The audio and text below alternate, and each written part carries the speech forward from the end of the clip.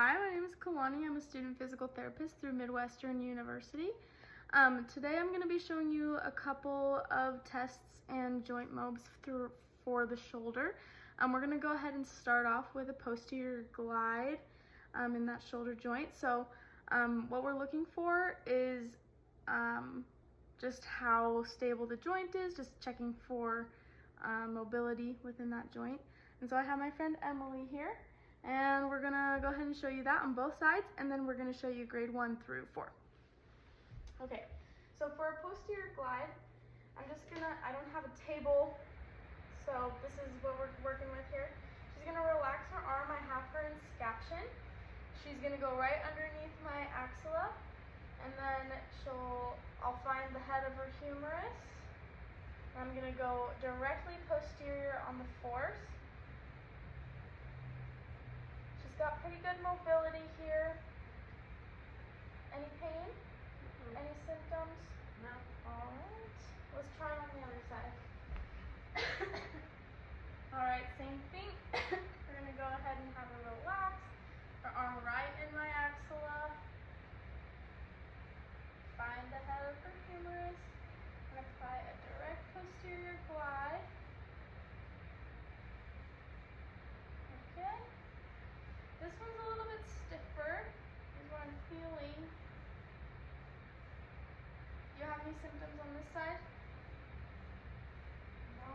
No? Okay. And I'm just going to show you how I would perform grades 1 through 4 for a joint mobility grading. So grade 1 is about 25% the way through, so just a little bit. And it's a longer duration stretch. And then grade 2 is like 50% and back off, 50% and back off, elongating that joint capsule. And then grade 3 is you go all the way to 50 and then go to 25%, just kind of staying in that range. And then grade 4 is you go to 75% and then go 25 and stay in that range there. And those are grade 3 and 4 are a little bit shorter. All right, now we're back for skill number 2. So we're gonna assess Emily's scapular mobility. So I'm just gonna do it on one side, but normally you would want to test bilaterally.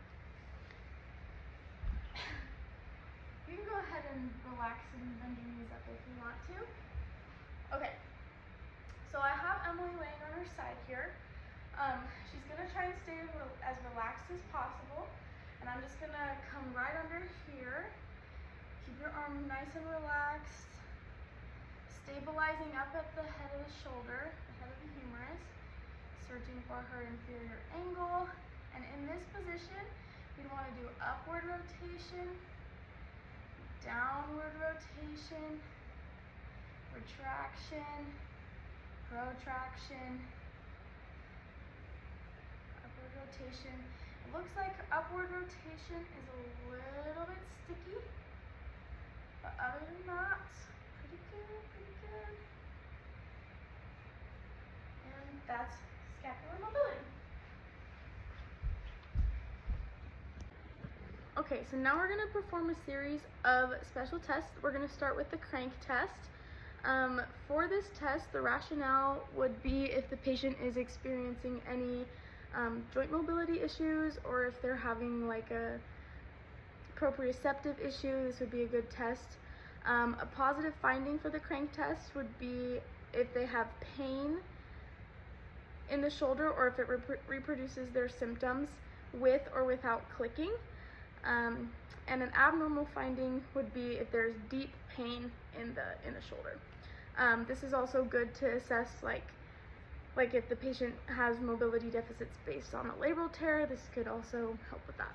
So without further ado, me and Emily are gonna do this. So what I'm gonna have her do is we're gonna have her flex to 90. We're gonna go all the way up to 160 degrees. Then through the humerus, we're gonna apply a force. If you can see that, just like that. And then now while we're doing that force, we're gonna go internally rotate, externally rotate.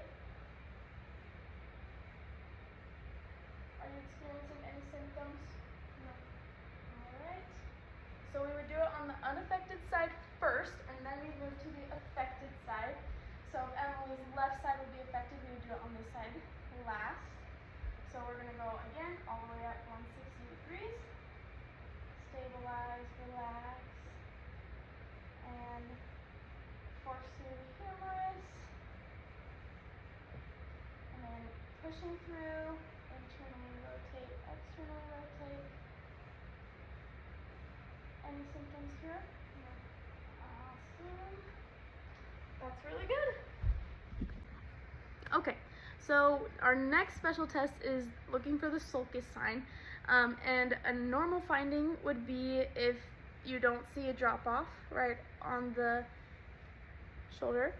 And an abnormal finding would be if you see that sulcus right on the shoulder.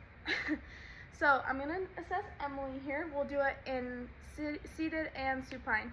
I'll show you both ways. Okay, so right here, Emily's just going to relax. Her arm is a little bit flexed, and I'm stabilizing at the top of the head of the humerus. And then I'm just going to do an inferior glide, looking for that sulcus sign, and she is negative. But just to be safe, we're going to do it on the supine side as well. So Emily's going to have her hand right up here on her stomach. We're going to go in 20 degrees of adduction, stabilizing at the top, and dropping off, and no sulcus sign here either. I don't know if you can see that right here. But she is negative both directions. Alright, so our last special test is the NIRS test, and this is to test subacromial impingement, specifically for external impingement. And a positive test would be like a hard end feel before the range of motion is over, pain, or reproduction of the patient's symptoms. And a negative test would be none of those. Okay, so Emily, what we're going to do is we're going to have our arm go up into full flexion as far as you can go. I'm going to stabilize on the scapula, and I'm just going to push her into overpressure. So are you ready? Okay.